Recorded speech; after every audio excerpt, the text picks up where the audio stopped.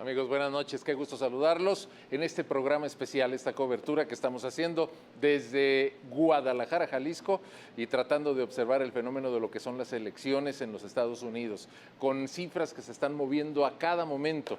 Tenemos varios datos que compartir a lo largo de la siguiente hora, quédense con nosotros. Saludo a quienes me acompañan en esta mesa, empiezo por mi compañera, la directora de Noticias de Quiero TV. Hola Gaby, buenas noches. ¿Cómo estás, Jonás? Buenas noches también a nuestros invitados, especialmente a toda la gente que está con nosotros. Poco después de las 10 de la noche, en los próximos minutos, estaremos pues compartiendo justamente todos los detalles de lo que ocurre en esta jornada histórica.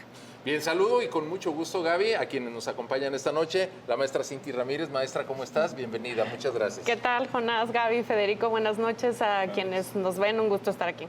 También el maestro Federico Torres, no di mención de sus universidades, Universidad Panamericana, TEC de Monterrey. Federico, bienvenido. Buenas noches, un gusto estar con ustedes también. Bueno, y a distancia nos estará acompañando también el maestro Eduardo González del TEC de Monterrey. Más adelante nos enlazaremos con él. Bueno, antes de nada, pues hay que revisar cuál es el dato más reciente. Estoy abriendo el sitio web de New York Times y en este momento, algo que puede hacer cualquiera, desde su sitio telefónico, desde su computadora, Kamala Harris tiene 179 votos del colegio electoral, Donald Trump 214. Sin embargo, pues es muy temprano, ¿no? Todavía para revisar. Pues ustedes dirán. Platicábamos, de hecho, antes de entrar y le decía a Cinti, Federico y todo nuestro auditorio, y sobre todo por el tiempo que tenemos, que creo que es importante recordar cómo es que funciona el sistema electoral en Estados Unidos para toda la gente que nos ve y para entender qué es lo que está ocurriendo. ¿Y por qué es tan difícil saber quién va a ganar, no? Sí, sin duda es un tema muy, muy importante el que mencionan. Estados Unidos tiene un sistema de voto que es indirecto. Entonces, nosotros en México estamos acostumbrados a votar de manera directa por quien ocupará la presidencia, ¿no? Entonces, tenemos una boleta con el nombre y nuestro voto cuenta de manera directa. En el caso de Estados Unidos, hay un paso intermedio que es el colegio electoral. El colegio electoral es en realidad una forma de representación de lo que sería el voto popular en cada estado. Y para poder obtener la presidencia tienes que tener 270 votos electorales. Cada estado tiene cierta cantidad de votos electorales de acuerdo a su población. Entonces, no todos los estados pesan lo mismo en cuanto a votos electorales. Esa es una primera gran diferencia con nuestro sistema electoral. Otra cosa es que si bien un candidato podría ganar un cierto estado, no necesariamente los votos electorales van a ir en el sentido de quien ganó ese estado. Y eso es un poco extraño, porque la mayoría de los estados prevén en su legislatura que si un estado gana cierto color, demócratas o republicanos en este sistema primordialmente bipartidista, pues entonces van a ser, esos votos electorales se le asignan a ese candidato. Pero hay otros estados en los que se divide, por ejemplo. Entonces, se dividen la cantidad de votos electorales entre uno y otro, etcétera. Entonces, para nosotros es un sistema diferente y ya irán viendo a lo largo de la noche que hay otras diferencias muy importantes que tienen que ver con lo que mencionaba Jonás. Estamos viendo cómo se van alimentando los mapas y cómo se van pintando de colores, azul o rojo, etcétera, pero en Estados Unidos no hay PREP. Entonces, como no hay PREP, en realidad lo que estamos viendo son cálculos que hace cada medio de comunicación, etcétera. Ya más tarde lo explicamos. Bueno, y además aprovechar también para comentar que para quienes tengan el interés de ir revisando, a ver hasta qué horas aguantan la desvelada, pues hay ciertos medios de comunicación con una gran reputación en el conteo preliminar, ¿no? Yo te escucho, Cinti, para darle la palabra a Federico, y creo que en este momento valoro muchísimo más al Instituto Nacional Electoral. Porque en Estados Unidos entiendo que hay más de 10,000 entes revisores de las elecciones, porque hay condados que organizan la elección. En México tenemos esa gran fortuna, después de tanto habernos quejado del costo de nuestro proceso electoral, pues creo que hemos dado pasos agigantados, espero que no sean en retroceso, a que la organización de nuestras elecciones las lleve una autoridad central, que nos da además la certeza de que tu voto se va a reflejar en un programa electoral de resultados preliminares. ¿Cómo ves, Federico? Pues coincido plenamente, qué bueno que empezamos con esta explicación para que el público se dé cuenta de las diferencias de la votación. hay 10,000 zonas jurisdiccionales. Los 51 estados tienen, cada quien, son como unas mini elecciones en cada uno de los estados, que esos votos después van a personas que se convierten después en el colegio electoral, que son 538, los que al final son los que están votando ya. Y también recordarles a nuestros amigos que no gana quien obtiene el voto popular, que es el caso de Hillary Clinton con el mismo Donald Trump, que le ganó por muchos millones, varios. 3 millones, más de 3 millones de votos la votación, y al final esta forma que bien Cinti nos ha explicado hizo que ganara Donald Trump en el 2016. Entonces, ¿cómo veo las cosas? Pues en total suspenso, estamos en espera, es la hora de los conteos y tal vez los posibles litigios en cuanto a los que pueda suceder para uno u otro candidato. Y habrá que esperar, estaba escuchando que en los estados bisagra, que son 5, están en el ala este del país, pues ya están empezando los conteos. Georgia ha sido el primer estado que ha estado empezando a votar. Y habría que esperar, como bien decías en un principio en el noticiero, pues el gran estado de California, que tiene 54 votos electorales. Entonces, que los conteos ya lo pintan de color azul, ¿no? Y eso ya lo dan por sentado. Entonces, pues habrá que esperar, dicen que hasta 4 días, posiblemente como hace 4 años, para terminar de contar estos votos anticipados y estos votos por correo que se dieron hace unos días, ¿no? Bueno, en estos momentos justamente se une a esta transmisión para también conocer cómo es que se vive desde Estados Unidos pues esta jornada, y saludamos con mucho gusto a Eduardo González, quien hace un momento, maestro, estaba contigo, Jonás, y él está precisamente en San Diego, California. Adelante, Eduardo, buenas noches. Enviado especial. Sí. Enviado especial, Eduardo González. Eduardo, ¿por qué no te quedaste en Guadalajara a ver la elección en internet? ¿Qué hay en San Diego? Saludos, pues sí, hombre, acá hay pues bastante efervescencia en algunos sectores, en otros no tanto, sobre todo en los sectores latinos es donde yo vi menos entusiasmo por las elecciones. En cambio, en barrios, en comunidades de origen estadounidense, pues la gente votando con más entusiasmo, haciendo filas de 40, 50 personas, pero en los barrios mexicanos con menos participación. Y lo que estamos viendo también, me parece, que es un reflejo de lo que hemos estado viendo en las últimas semanas. Es decir, recordarán que cuando se cambia de candidato de Biden hacia Kamala por el Partido Demócrata, la candidata subió rápidamente y pasó prácticamente en la intención del voto a Donald Trump. Pero hace aproximadamente un mes las cosas, digamos, se estabilizaron y quedaron en un empate técnico. El día de hoy, Kamala amaneció en el promedio de las encuestas 1.2 puntos porcentuales arriba de Trump, y lo que estamos viendo ahorita, con 179 votos electorales para Kamala y 214 para Donald Trump, faltando varios estados que son históricamente demócratas, como el de California, que va a dar 54 votos, pues me parece que está siendo la jornada un reflejo claro de lo que hemos venido viendo en las últimas semanas.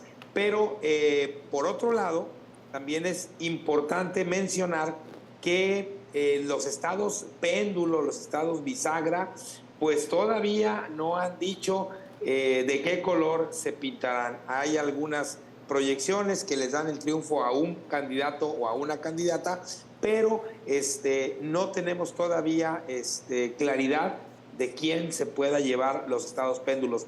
Por lo tanto, me parece que al final de la jornada sí serán los que determinen el sentido de la jornada electoral.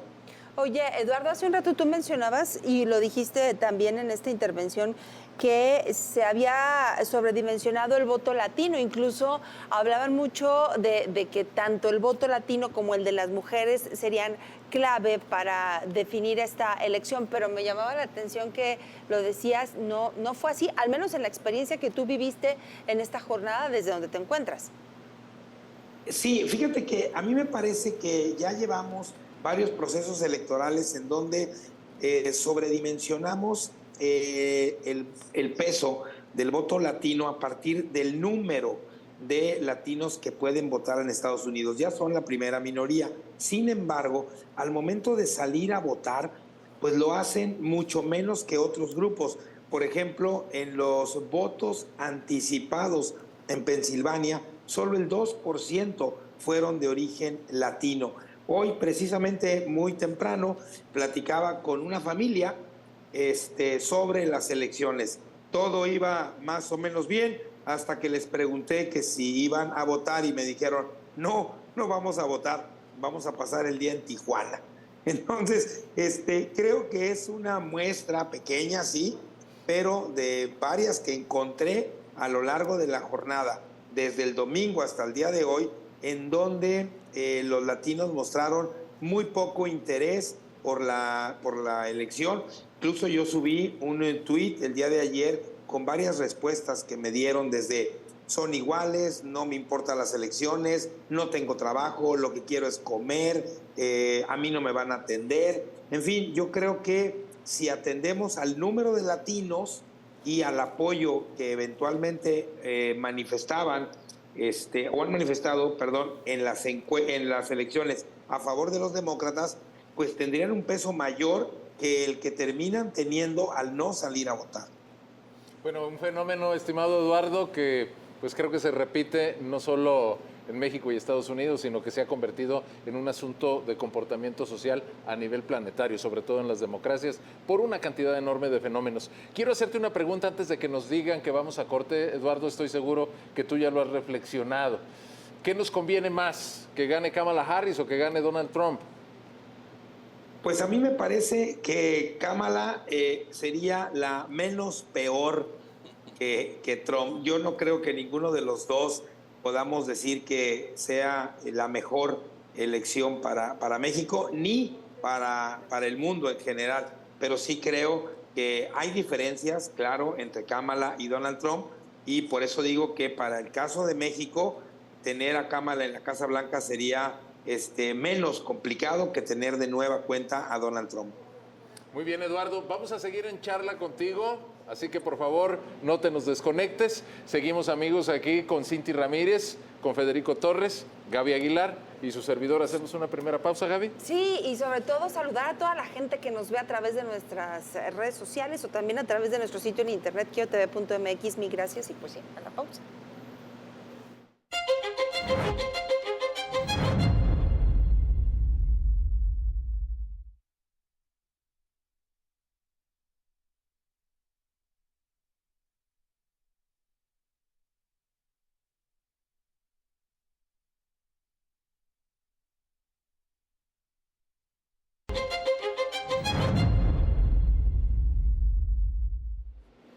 Bien, ya estamos de regreso. Elecciones de Estados Unidos 2024, transmisión especial. Yo quiero regresar, Gaby, con nuestros invitados, Federico, con la maestra Cinti Ramírez. Bueno, quiero hacer un planteamiento y preguntarles, porque creo que al final hay muchísimos aspectos técnicos que son importantes. Pero ¿cómo se explican ustedes, observadores asiduos de esto, que un hombre que ha sido acusado de abuso sexual, denunciado, con procesos judiciales abiertos, que es abiertamente cínico, pragmático, que ataca, que es racista, pueda competir con tanta oportunidad de ganar las elecciones con una mujer que me parece es una representante clara del espíritu norteamericano, migrante, hija del esfuerzo, que se ha cultivado, que ha crecido con base en virtudes que pues son ampliamente admiradas y en una sociedad del Estado de Derecho. O sea, dices, ¿cómo? Carácter de exfiscal. ¿A qué se debe eso? Bueno, a mí me parece que Donald Trump es un personaje que supo capitalizar el profundo dolor de, sobre todo, las clases obreras blancas estadounidenses, que han estado viviendo un proceso de desindustrialización que se ha acentuado de los años 90 para acá y que él observó muy bien. Eso tiene que ver con un desencanto con los demócratas, y él logró culpar este proceso de desindustrialización en el que las personas perdieron su trabajo, logró culparlo en cuestiones como los migrantes se llevan tu trabajo, y eso fue algo que resonó bastante bien entre la población. Y entonces él está hablando a un estado blanco, profundo, sobre todo masculino, que ha sido muy importante en los temas electorales. Y entonces capitalizó sobre eso, y estoy de acuerdo que capitalizó sin escrúpulos realmente, ¿no? Entonces, Pero no son, maestra Cinti, Federico, Gaby, no son muy celosos los norteamericanos. Yo recuerdo tantos casos de personajes que tenían gran, digamos, oportunidad política y por un pecadillo social se hundió su carrera. ¿Es que no son tan celosos los norteamericanos? Yo abonaría lo que bien dice Cinti, en el sentido de que Donald Trump sigue un patrón en cuanto a mercadotecnia política muy claro, ¿no? Desde que tuvo aquel primer asesor, lo recordarán todos, Roger Stone, que le enseñó esa parte de la agresividad, de no ir para atrás, de decir las cosas frontalmente, ha sostenido su discurso y tiene ese mensaje, esa narrativa a ese segmento que bien mencionas, ¿no? El blanco desposeído, el blanco que se siente que no tiene trabajo, que le afecta al migrante. Que se lo arrebataron. Que se lo arrebatan. Entonces tiene una gran bocina para ese gran segmento. Donald Trump también creo que ha capitalizado el mal desempeño que ha tenido Joe Biden en los últimos meses en el gobierno, uno de los presidentes más impopulares en la historia, y eso le ha afectado, por supuesto, a la número 2 del gobierno, que es Kamala Harris. Entonces, coincidiendo con Cinti, creo que hay que ver esa parte de la buena estrategia agresiva de mercadotecnia que ha desarrollado Donald Trump. Lo cual habla también de la enorme importancia que tienen ahora las redes sociales en un proceso electoral, ¿no? Que no necesariamente comunica. Y ¿no? que este sector al que se dirigió, ¿no?, desde la pasada elección, ve en él esa identificación de también burlar la propia ley y continuar y perpetuarse, ¿no?, en el poder. Creo que habla mucho también de lo que significa una imagen como Donald Trump en estos momentos, a pesar de cualquier circunstancia complicada que él mismo ha podido sortear y enfrentar. Así es, yo creo que parte de su éxito también tiene que ver con que él aprovecha mucho lo que llamamos discursos de antipolítica. Entonces, esta idea de explotar mitos comunes que ya están en la mente de las personas y él darles un foro. Entonces, cuestiones como todos los políticos son iguales, la política divide, los políticos nos polarizan, etcétera. Todo eso le va preparando el camino, y estas son lecciones bien importantes para México, porque todos esos dichos le van preparando el camino a las ultraderechas en el mundo. El mecanismo siempre tiende a ser el mismo. Entonces, lo que hacen es presentarse como antipolítica, presentarse como outsiders, presentarse como personas que no son parte de la clase política y que llegan y dicen las cosas como son, ¿no? Entonces, bajo eso llegó alguien como Milei, Bolsonaro, el mismo Víctor Orbán en Hungría, etcétera. Entonces, tenemos un montón de ejemplos, la misma Giorgia Meloni en Italia, y otros casos de extrema derecha en Estados Unidos. Entonces, es hablarle a las personas a partir de una serie de mitos que tienen, y además lo que hacen es normalizar posiciones políticas que normalmente tienen un costo social al ser emitidas. Entonces, normalizan cosas como la xenofobia o el racismo o la misoginia, etcétera, y le van reduciendo el costo social a que las personas expresen esas posturas. Entonces, más o menos lo que sabemos es que en toda sociedad hay personas que tienen posturas de este tipo, misóginas, xenófobas, etcétera. Pero que en una sociedad que es una democracia más funcionante, donde no hay tanto malestar social, ese tipo de cuestiones se mantienen a raya, más o menos se autorregulan, porque son discursos que la mayor parte de la población, aunque le vaya a diferentes partidos, ha desterrado. Pero cuando volteamos a ver contextos sociales y políticos en los que hay mucho malestar social, por ejemplo, por altos índices de desempleo, que es lo que vimos en Estados Unidos. También vimos cuestiones que tienen que ver con que las empresas se relocalizaron a China en algún momento, etcétera. Todo esto va creando un caldo de cultivo de tal malestar que cuando llega una persona que se plantea como foráneo a la política, aunque en realidad esté haciendo política, pues eso empieza a hacer que las personas le sigan y que normalicen discursos que normalmente están desterrados, porque le bajan ese costo social. Sí. Y aunando a esto, al americano le gusta ser liderado por un hombre fuerte, y, alguien que lo defienda del mundo. Ha perdido liderazgo Estados Unidos ante China, ante la propia Rusia. Entonces, un tipo, como un arquetipo, un perfil como Donald Trump le ofrece eso al americano, que se siente protegido incluso. Ahora, sin olvidar pues que Donald Trump es un empresario que trata de dirigir el país con las bases empresariales, en donde para el americano la economía es muy importante. Que pague menos impuestos para el americano es muy importante. Entonces, esos dos temas creo que pueden ser muy decisivos y documentados en las elecciones. Bueno, si me permiten, perdón, maestros, no, si me equivoco, ustedes, por favor, reoriéntenme por la senda correcta. Expresado en otras palabras, pues creo que cuando empieza a crecer el populismo, con casos como este y otros tantos, pues ahí es cuando nos podemos explicar las crisis de los partidos, ¿no? Los partidos políticos debieran defender valores como el que los mejores lleguen al poder, como el respeto a las instituciones, y cuando empiezan a fracasar en eso, bueno, empieza a haber oportunidades para personajes que defienden antivalores, ¿no? Sería, creo, una explicación válida. Sí, hay elementos de cómo fallan los sistemas de partidos, pero hay algo bien importante en el caso estadounidense en particular. En general, la manera de pensar de las personas en Estados Unidos tiene muchas características de lo que en ciencias políticas se conoce como racionalidad neoliberal. Entonces, esta idea de que lo más importante es la individualidad y no la colaboración o la colectividad, ¿no? Que las personas debemos trabajar por la competencia, por ejemplo, entre nosotros, etcétera. Todo eso, la idea del emprendimiento, etcétera, todo eso está muy establecido, muy arraigado dentro de la comunidad estadounidense en general. Y entonces lo que estamos viendo es que, pues en realidad, esto ayuda al marco conservador que Trump además empuja, ¿no? Nada más mencionar que Donald Trump gana Carolina del Norte, estado clave, suma 16 votos y llega a 230 en estos momentos. Y con esta información nos vamos de regreso allá, justamente en Estados Unidos, con Eduardo González en California.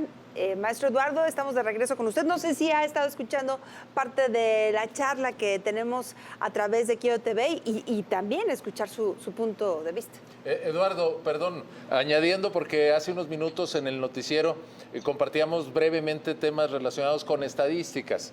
Revisaba las elecciones de 2020. Hubo una votación de 158 millones de personas aproximadamente, redondeo la cifra, y de 66.6%. Nos decías que puede ser más alta porque Joe Biden ganó con 81 millones de votos, Donald Trump se quedó en 74, que son cifras altísimas, pero eso pudiera superarse el día de hoy, ¿no?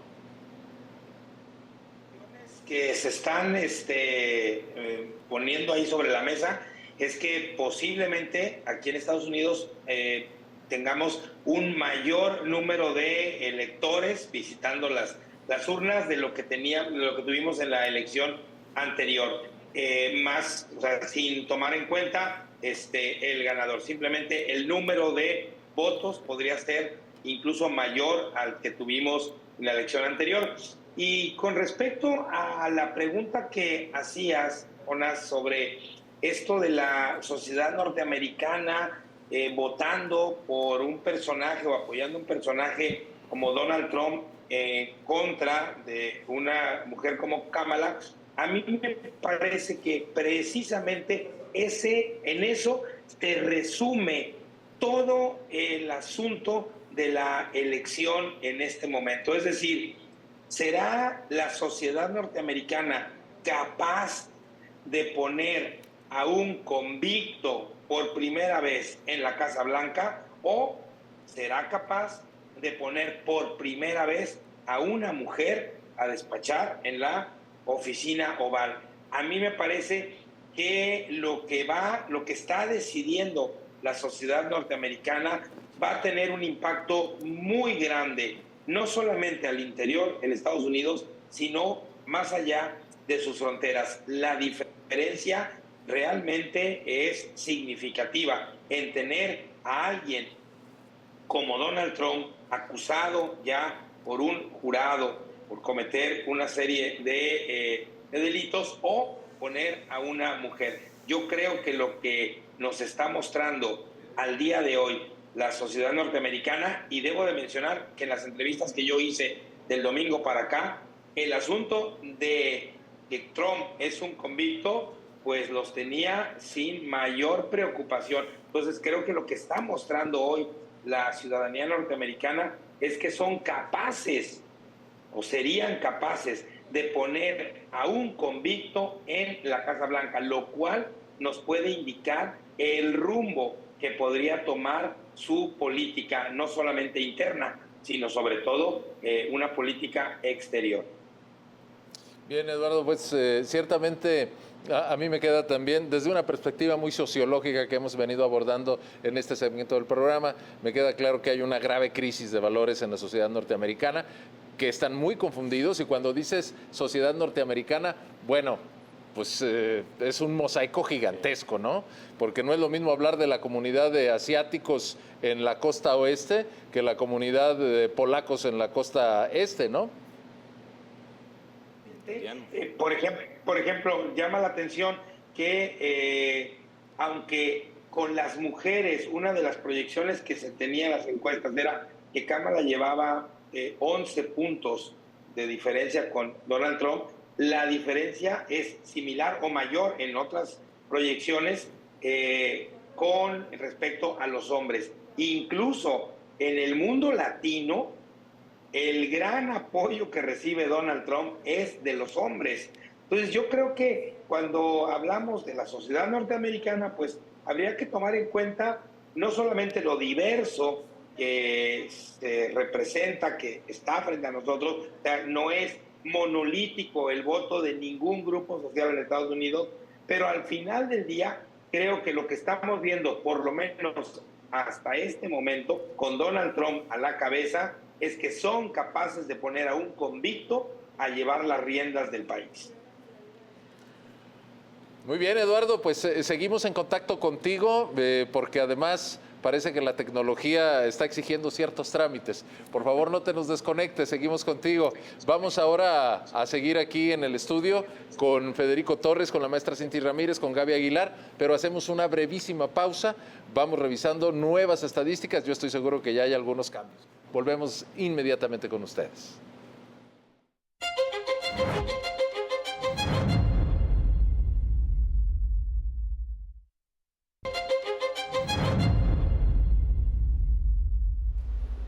Bien, estamos de regreso en esta mesa de análisis, elecciones 2024 en los Estados Unidos. Y en este momento nos enlazamos con Pablo Vázquez. Él está en San Antonio, Texas, y nos comparte también desde su perspectiva qué es lo que ha venido sucediendo en la jornada electoral. Pablo, adelante y gracias. ¿Qué nos informas? Hola, ¿qué tal, Gaby, amigos de Quiero TV? Jonás, qué gusto saludarles a toda la mesa de análisis. Bueno, pues nos encontramos a la espera, en la víspera de lo que siga sucediendo en la Unión Americana, con esta que es una elección histórica, esta elección que determina si Kamala Harris se va a convertir en la primera mujer presidente de este país, o si Donald Trump regresa para un segundo periodo y ser el presidente 47º en la historia de esta nación. Con la victoria en Florida, de lo que va avanzando poco a poco en los diferentes colegios electorales, y bueno, pues cerca de los 35 millones de votos que se han contado al momento, el porcentaje que tiene 53 unidades para Donald Trump por las 48 de Kamala Harris, pues sí, es ventaja al final de cuentas, y poco a poco se van a ir cerrando los diferentes colegios. Recordar que queda pendiente lo que sucede, por supuesto, en Georgia, en Arizona, también en Michigan. También, desde luego, hay que tomar muy en consideración lo que suceda, por supuesto, en Pensilvania, donde pues esta última aparición, o de las últimas, mejor dicho, de Donald Trump, fue realmente lo que puede significar ese talón de Aquiles.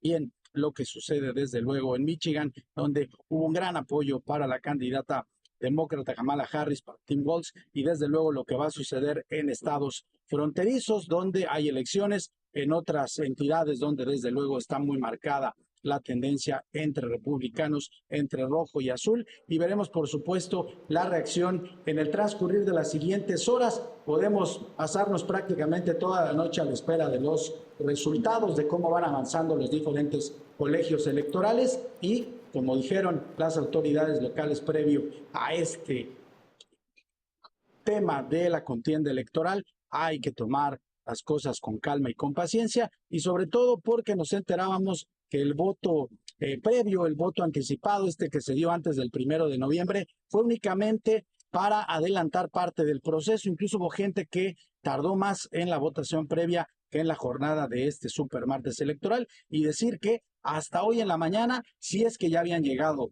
las boletas, por supuesto, todo lo que se tiene que contabilizar, se empezaron a llevar a cabo el recuento de todos estos sufragios, es decir, es como si la gente hubiese ido a votar en los primeros minutos de este martes. Así que expectación, tranquilidad y por supuesto veremos la respuesta de ambas campañas en cuanto se empiecen a dar, pues poco a poco, los resultados en estos estados que son clave para darle la vuelta a una elección que, insistimos, es muy pareja y que al inicio de la jornada electoral tenía a 226 colegios electorales para Kamala Harris, 219 para Donald Trump, y que ahora con las votaciones en algunos colegios se ha revertido la situación. Es lo que tenemos hasta el momento. Regresamos con ustedes al estudio.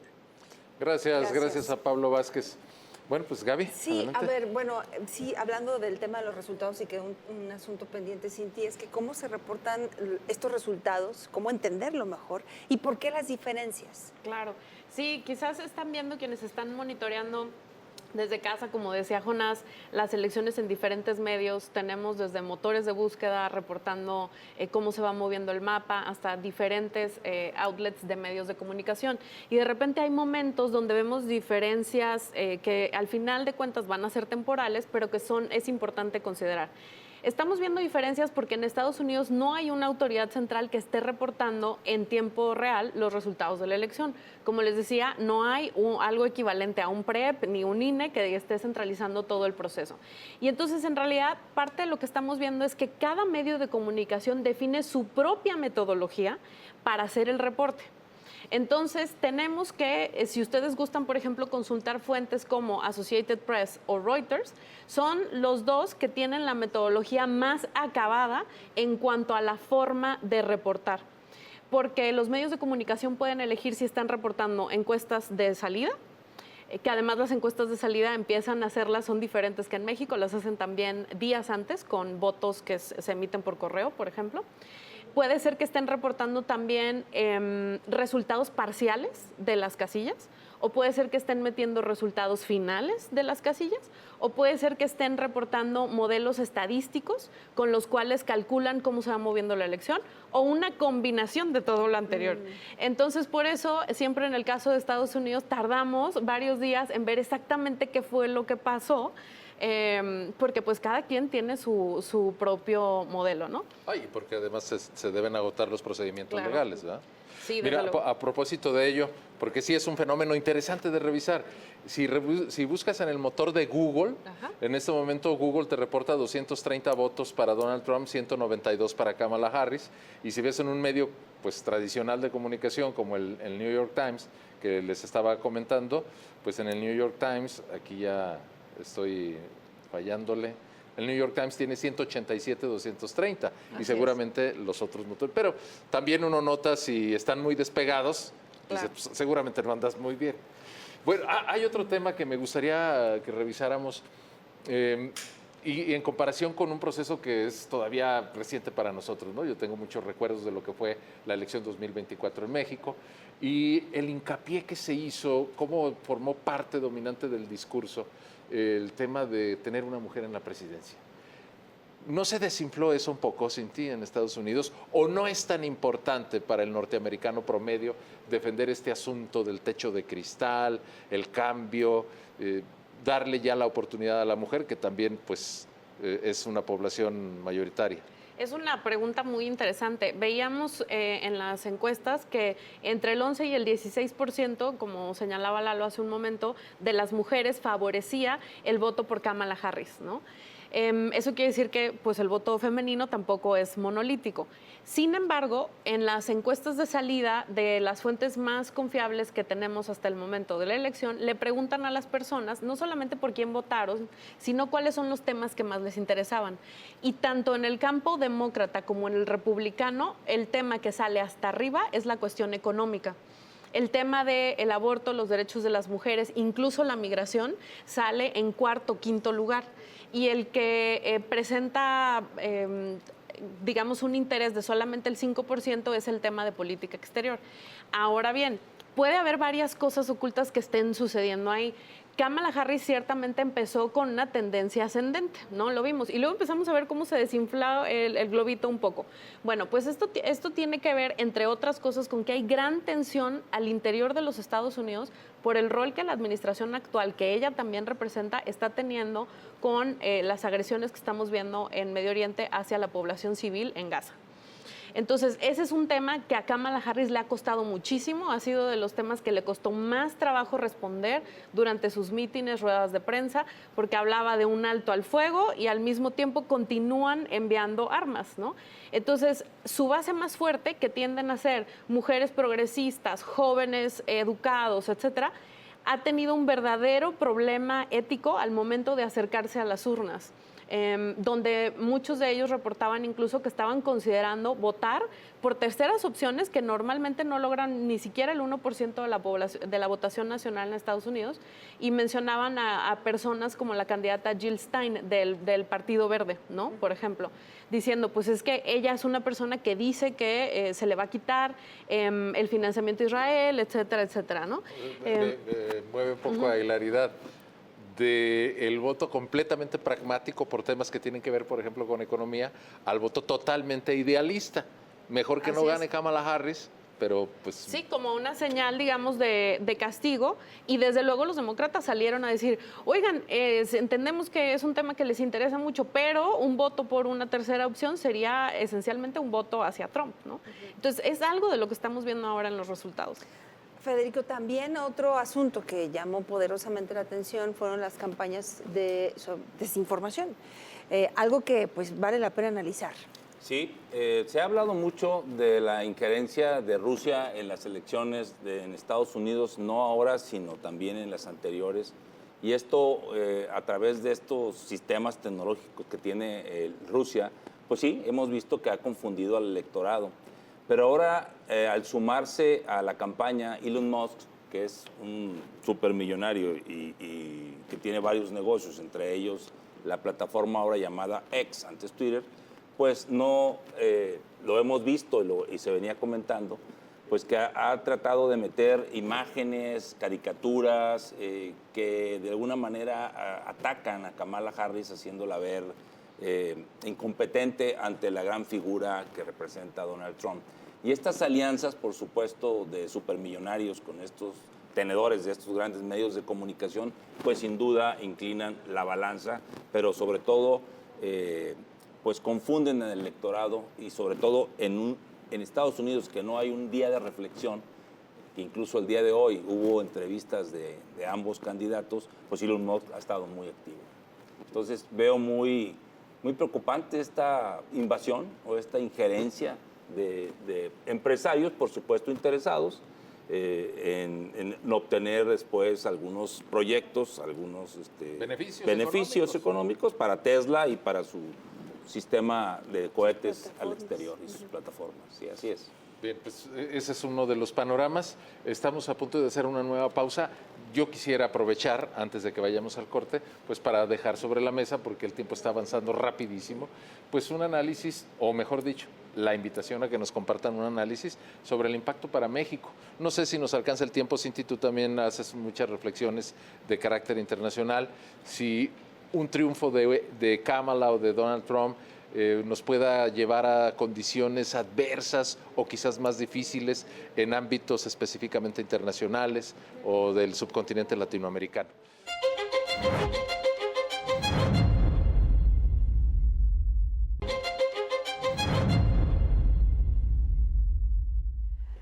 Estamos estamos de regreso en este programa especial, esta cobertura especial sobre la jornada electoral en Estados Unidos. Y hay información que en estos momentos se registra, Jonás. Bueno, estoy revisando el sitio web de New York Times. En este momento, este sitio web, este medio de comunicación, da 200 votos para Kamala Harris, 230 para Donald Trump. Lo malo es que el impacto visual es fuerte. 205 ya. Todo rojo. Sí, Pero también estaba revisando el sitio de Google. Bueno, ese ya lo dejamos para después. Pero ciertamente... Acuérdense que así se veían las encuestas, ¿no? La mayor parte Sí. del mapa se veía rojo. Por este fenómeno. Son los votos Digo, electorales. Todo casi mismo colorido. porque la franja relativamente pequeña, junto a toda la masa que está a la izquierda, pues es la de California, son 54 votos. Y, por cierto, el dólar, la cotización en estos momentos 20,67. Subió al corte de las 10 de la noche. Y antes de irnos a la pausa comercial, bueno, mientras estaba esta pausa, hablábamos de la gran pregunta, independientemente de cómo ocurran las cosas al interior en Estados Unidos, ¿cómo nos va a ir aquí en México? Gane quien gane. Empecemos. Bueno, pues yo quisiera coincidir con Eduardo. Un saludo hasta San Diego y gracias por el trabajo que está haciendo en exclusiva para nosotros desde allá, en que Kamala Harris sería la menos peor. Coincide Kamala con Trump en dos temas que afectan a México fuertemente, que es tal vez que no se pueda renegociar o desechar de plano el Tratado de Libre Comercio, el TEMEC, en donde ambos candidatos coinciden que no existen las condiciones para una renegociación, que Canadá tal vez lo pudiera firmar inmediatamente, pero Estados Unidos con más facilidad pudiera deshacerse de esto y esto nos impactaría muchísimo hasta, no quiero ser tremendista, pero se habla de una recesión económica en el país si este tratado con nuestro principal socio comercial, que es una potencia como Estados Unidos, nos dijera, espérame tantito con el tema del Tratado de Libre Comercio. La otra es la migración, la cierre de la frontera sur, que también ambos candidatos coinciden en que debe pararse este flujo y sobre todo el flujo del fentanilo y las drogas hacia Estados Unidos, que también a ellos les afecta mucho y han sido dos de los tópicos más usados por ellos para tener más adeptos. Creo que, sin embargo, Kamala tiene otro estilo, es menos disruptiva, como bien lo decíamos en el entretiempo, es alguien que respeta el Estado de Derecho, con quien se pudiera negociar, y Donald Trump es totalmente imperativo, ¿no? Entonces, ese sería mi comentario. Cinti. Coincido en que Kamala, por el tema de que ella ha planteado que hay un proceso natural del TEMEC que involucra hacer alguna revisión de algunos aspectos, pero no una renegociación y mucho menos una suspensión como la que ha planteado Trump, ¿no? También está el tema de los aranceles y esos chantajes, sí. que además es un camino sobre el que ya caminamos con Trump, ¿no? Ahora la amenaza es de una imposición de 25% sobre exportaciones generales de México, ¿no? Entonces, ese camino ya lo andamos una vez, resultó en el envío de la Guardia Nacional, por ejemplo, a nuestra frontera sur, un endurecimiento de la política migratoria, por ejemplo, acá. Creo que la presidenta Sheinbaum fue cauta hoy en la mañana diciendo, creo que lo que se dice es parte de un proceso de desinformación, no necesariamente les llega la información de lo que estamos haciendo en México en materia migratoria, en materia de combate al narcotráfico, y gane quien gane, tendríamos que sentarnos primero a informarles cuáles han sido los esfuerzos de nuestro país. Entonces es un llamado a la mesura por parte de la presidenta, no reacciona fuerte ni mucho menos, diciendo vamos esperando a ver quién gana, pero creo que está ese elemento de Kamala. Bueno, preguntarles antes de ir nuevamente con nuestro amigo Eduardo González, que está en San Diego, California, ¿qué tan fuerte o válida, más que fuerte, qué tan válida podría ser esta hipótesis que se maneja de un tercer país intermedio? Y si esto es válido por la población México-norteamericana, ¿qué tanto influye en la relación con los Estados Unidos? es que las relaciones entre las poblaciones tienden a ser mucho más fuerte que lo que ocurre a nivel gobiernos, ¿no? Incluso no solamente por la cantidad de personas de origen mexicano que tenemos en Estados Unidos, sino también por la propia dinámica, por ejemplo, de nuestra franja fronteriza en el norte, que esencialmente funciona como si fuera un país, ¿no? Entonces es mucho más difícil romper los lazos a nivel poblacional que basarse así como en la alaraca y la amenaza a nivel político, sin duda. Bien, estimado Eduardo González, ¿estás con nosotros? Saludándote de nuevo, Eduardo. Pues a mí me parece que la posición de México frente a cualquiera de los dos aspirantes a la Casa Blanca es muy complicada. Tenemos una relación histórica muy compleja, con problemas comunes, pero con formas de resolverlos muy diferentes.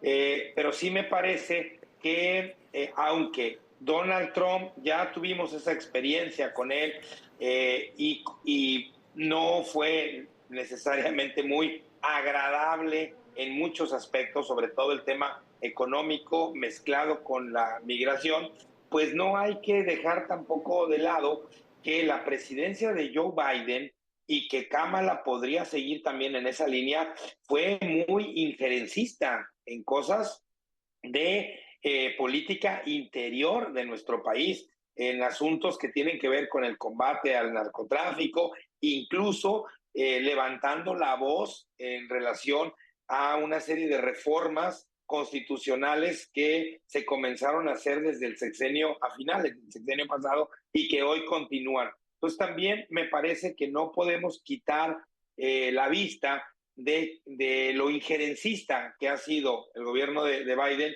y que seguramente por ahí seguiría Kamala, aunque con modos, con métodos un poco menos ruidosos como los que utiliza Trump. Pero de todas maneras, me parece que en el asunto de la migración, del narcotráfico y digamos, los conflictos y los convenios también comerciales entre los dos países, creo que los dos personajes apretarían las tuercas a nuestro país. Entonces me parece que hay que estar muy pendientes de no solamente de quién llegue a la Casa Blanca, sino cuáles van a ser las prioridades de cualquiera de los dos con respecto a México y el resto de América Latina, sobre todo en estos temas, ¿no? El tráfico de drogas, la migración y, por supuesto, el tráfico de armas de Estados Unidos hacia nuestro país y evitar en todo momento que cualquiera de los dos utilice el arma comercial y económica pues para presionar al gobierno de México a actuar pues a partir de las disposiciones que determine el gobierno de Estados Unidos. Eduardo, hace unos momentos platicábamos aquí en la mesa, sobre todo con la maestra Cinti Ramírez, sobre esto que se ha dado en llamar un tercer país intermedio, por la enorme población, tanto mexicana en Estados Unidos, como el intercambio permanente que tenemos los estados del sur de Estados Unidos y los estados del norte mexicano. ¿Qué tanto puede influir ahora, revisado desde nuestra actuación, en el próximo gobierno? Me refiero a este discurso permanente de ir contra el neoliberalismo, este discurso de abrazar o arropar a gobiernos que son más de corte autoritario, como el venezolano, el cubano. ¿Esto impacta en Estados Unidos? Te lo pregunto específicamente a ti porque eres un observador permanente del fenómeno migrante y de la visión o el pensamiento de esta franja intermedia entre los dos países. Parecido para estudios de migración que hay tres países en realidad. Estamos el país, digamos, más o menos a la altura de Monterrey hacia el sur, México, y luego una franja muy grande fronteriza al norte de nuestro país y al sur de Estados Unidos, y después ya más al norte, una sociedad también muy diferente, estadounidense, con respecto a la frontera. A mí siempre me ha parecido, y así lo he nombrado, que este tercer país fronterizo es una especie como del país del Tex-Mex. Es un país que se mueve en otras dinámicas, que tienen intereses diferentes a los que hay en el norte de Estados Unidos y al sur de esa franja. Es una zona muy interrelacionada, somos la frontera más cruzada de todo el planeta de manera legal, porque la cifra que voy a dar pues no impacta los cruces ilegales. De manera legal tenemos 300 millones de cruces al año. Entonces me parece que las dinámicas económicas, culturales, sociológicas, religiosas, artísticas que se presentan en esta franja que yo denomino el país del Tex-Mex, pues me parece que siguen una dinámica muy propia, alejada muchísimas de las veces de los enfrentamientos y las diferencias que existen entre Palacio Nacional y la Casa Blanca. Estimado Eduardo, el tiempo se nos está acabando, la elección no, pero seguiremos en contacto contigo. Hoy, antes de que se nos vaya a cortar, te queremos agradecer mucho que hayas estado en contacto con nosotros, pues por este esfuerzo que estás haciendo. Gracias a ustedes por el programa y pues sí, hay que esperar, me parece que por lo menos un par de días más para tener los resultados definitivos. Gracias, Eduardo. Saludos, Eduardo. Hasta luego, un abrazo. Bueno, pues ahí está Eduardo González en San Diego, California. Señores, tampoco quiero que vayamos a desairar su presencia. También estamos muy agradecidos con ustedes. ¿Qué les parece un comentario final? Y si te parece, Federico, con la maestra Cinti Ramírez. Sí, adelante. No, muchísimas gracias a ustedes por la invitación y a quienes nos ven. Decirles que vamos a cerrar el programa de hoy con una tendencia que favorece a Trump, según parece. Con lo que anunciaba Gaby acerca de ganar Carolina del Norte, habría dos combinaciones posibles que lo harían ganar, que es llevarse pues Pensilvania y Georgia, o si no se lleva Pensilvania, pues hacer un intercambio por Michigan, Wisconsin, además de Georgia. Que además, si volteamos a ver lo que está reportando AP en este momento y otras fuentes, están pintadas de un color rosita pálido, que quiere decir que quien va arriba son los republicanos. Entonces, no ha cerrado para nada el reporte, pero es más o menos lo que estamos viendo al momento y, bueno, sin duda es un escenario muy interesante. Trump es ciertamente menos injerencista a nivel internacional, entonces, pues veremos qué puede ocurrir con eso. Ucrania yo creo que lo tomaría como una muy mala noticia porque ha anunciado que quitaría todo el financiamiento a Zelensky. Y muchos otros lugares también. ¿Cómo no? Estimado Federico Torres, por favor. Pues me quedo con esa pregunta que es la que hiciste, que es la disyuntiva. ¿Cómo es que Estados Unidos va a elegir a el primer presidente condenado por la justicia sobre la oportunidad de tener o que tienen aún y con la tendencia que la estamos revisando, de elegir por primera vez a una mujer para el Salón Oval? Habrá que esperar unas horas más o tal vez el día de mañana para ver el resultado final y esperemos lo mejor para México. Si es Trump, pues habrá que agarrar.